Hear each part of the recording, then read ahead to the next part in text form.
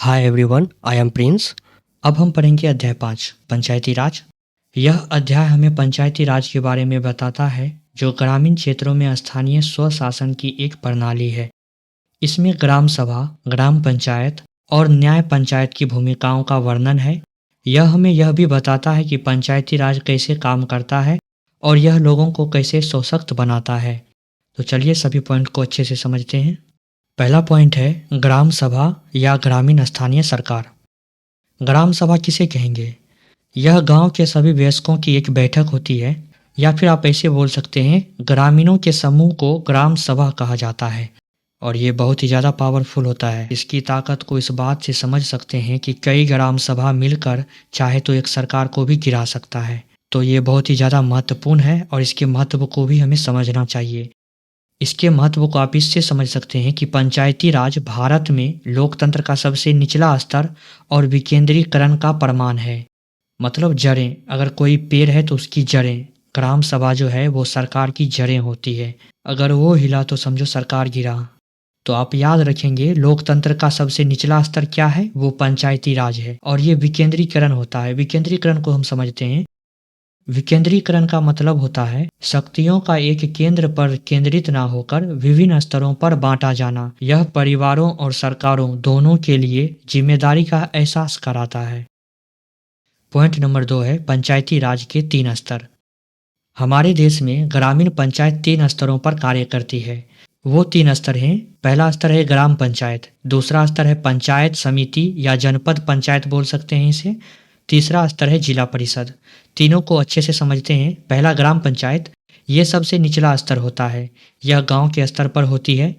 इसकी संरचना को समझते हैं। इसमें सरपंच, मुखिया और चुने हुए पंच, जिसे वार्ड सदस्य भी कहते हैं, ये सब होते हैं। और इनका कार्यकाल 5 साल का होता है। मतलब 5 साल के बाद इन सभी का फिर से चुनाव किया जाता है। दूसरा है पंचायत समिति या जनपद पंचायत। यह ब्लॉक या तहसील स्तर पे होती है। इसका भूमिका क्या होता है, तो यह ग्राम पंचायत और जिला परिषद के बीच संयोजक कड़ी का काम करती है। मतलब ग्राम पंचायत के मुद्दों को जिला स्तर पे पहुंचाने का काम पंचायत समिति ही करते हैं, जो कि ब्लॉक या तहसील स्तर पे होती है।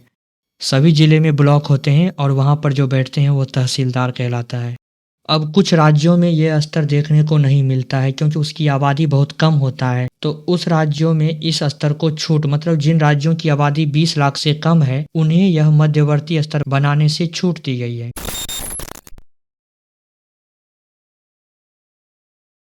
तीसरा स्तर है जिला परिषद, शीर्ष स्तर, सबसे ऊपर का स्तर। यह जिला स्तर पे होती है। अध्यक्षता इसका कौन करता है, तो इसकी अध्यक्षता भारतीय प्रशासनिक सेवा के आईएएस अधिकारी कलेक्टर करते हैं। वही डीएम, डिस्ट्रिक्ट मजिस्ट्रेट। हाँ, ये वही पद है जो कि जिला स्तर पे होता है। इसका कार्य क्या होता है?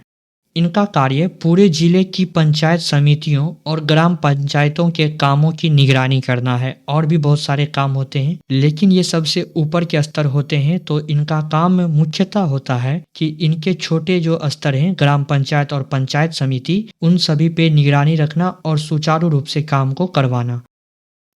हाँ, ये सब चीज़ों को पढ़ के ना ऐसा फील होता है कि हाँ, अधिकारी वाले पढ़ाई को पढ़ा जा रहा है। इन सब छोटी छोटी चीज़ों को जान के छोटा अधिकारी वाला फीलिंग आता है, क्योंकि ये सब छोटी छोटी बातें हैं लेकिन बहुत ही महत्वपूर्ण बातें हैं। अभी छोटा अधिकारी वाला ही फीलिंग ले लो, बाकी जब बड़े स्तर की पढ़ाई करेंगे ना, लक्ष्मीकांत को जब पढ़ेंगे, तब बड़ा अधिकारी वाला फीलिंग लेना। अब अगला पॉइंट है पॉइंट नंबर 3, ग्राम सभा और ग्राम पंचायत में अंतर। तो चलिए ग्राम सभा और ग्राम पंचायत में अंतर को अच्छे से समझते हैं। सबसे पहले सदस्यता को समझते हैं। मतलब ग्राम सभा के सदस्य कौन कहलाएंगे और ग्राम पंचायत के सदस्य कौन कहलाएंगे। तो ग्राम सभा का सदस्यता की बात करें तो उस गांव के सभी वयस्क जिनकी उम्र 18 वर्ष हो चुका है, उस गांव के सभी वयस्क नागरिक जिनका नाम मतदाता सूची में है, वो सभी ग्राम सभा के सदस्य कहलाएंगे।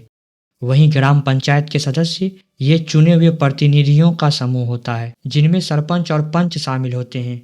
और ग्राम पंचायत के प्रतिनिधियों को ग्राम सभा के नागरिक ही चुनकर बनाते हैं।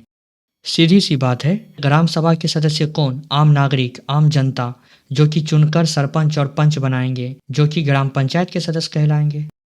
अब ग्राम सभा और ग्राम पंचायत की प्रकृति को समझते हैं। ग्राम सभा प्रत्यक्ष लोकतंत्र का अद्भुत उदाहरण होता है। वहीं ग्राम पंचायत अप्रत्यक्ष लोकतंत्र के तहत काम करती है। अब इनके कार्य को देखते हैं। ग्राम सभा का जो मुख्य कार्य होता है वो ग्राम पंचायत के कार्यों की निगरानी करना होता है। गड़बड़ी या पैसों के दुरुपयोग पर सरपंच से सवाल जवाब करना होता है। और ग्राम पंचायत का क्या कार्य होता है?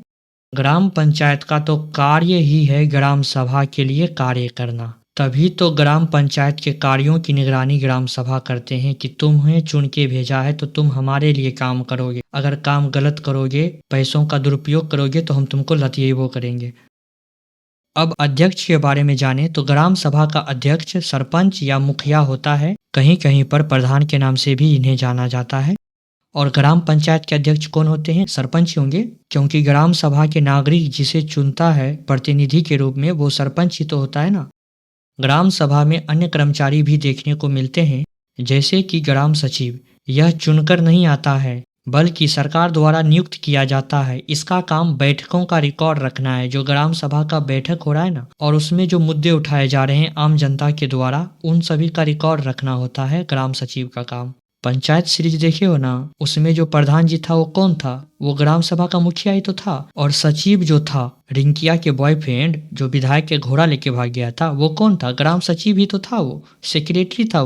वो ग्राम सभा द्वारा थोड़ी चुना गया था। ग्राम सभा द्वारा तो प्रधान जी चुने गए थे, जो कि अगले इलेक्शन में हार जाते हैं। सचिव तो सरकार द्वारा नियुक्त होकर आया था। वैकेंसी निकलती है सचिव की, उसके द्वारा चयनित किया जाता है ग्राम सचिव का। अब अगला पॉइंट को समझते हैं। पॉइंट नंबर 4, ग्राम पंचायत के कार्य और वित्तीय स्रोत। ग्राम पंचायत का कार्य क्या होगा?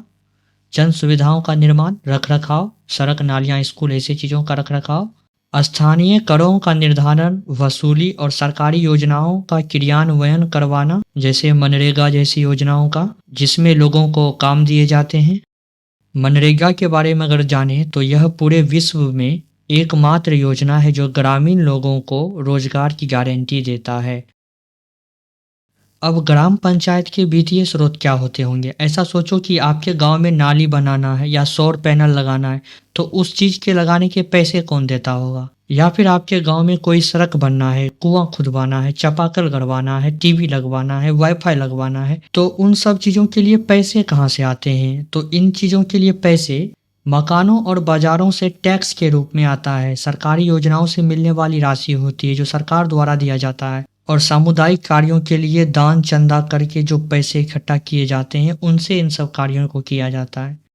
हमारे गांव में तो सामुदायिक कार्यों के लिए जो चंदा में पैसे आते हैं, उनसे आधे पैसे का कार्य होता है और आधे पैसे का ऑर्केस्ट्रा का प्रोग्राम करवा देते हैं। और ऑर्केस्ट्रा में पूरा गांव जुटता है और मुख्य अतिथि गांव का मुखिया होता है। और मुखिया जी को खुश करने के लिए जो गाने बजाए जाते हैं वो होता है, ए मुखिया जी मन होखे त बोली, नहीं तरवा खाई बर्दाश्त वाला गोली। और ये लाइन जैसे ही गाने में बजेगा, एक गोली फायरिंग होगा और दंगा फसाद चालू। और दंगा फसाद को रोकने के लिए फिर से कानून को पढ़ो, फिर से चंदा करो, दंगा फसाद में जो सब सामान टूट गए उन सभी का मुआवजा भरो, चलो जाओ। तो इस अध्याय में बस इतना ही। आगे हम पढ़ेंगे अगले अध्याय को। फिलहाल के लिए इतना ही। Okay, bye bye.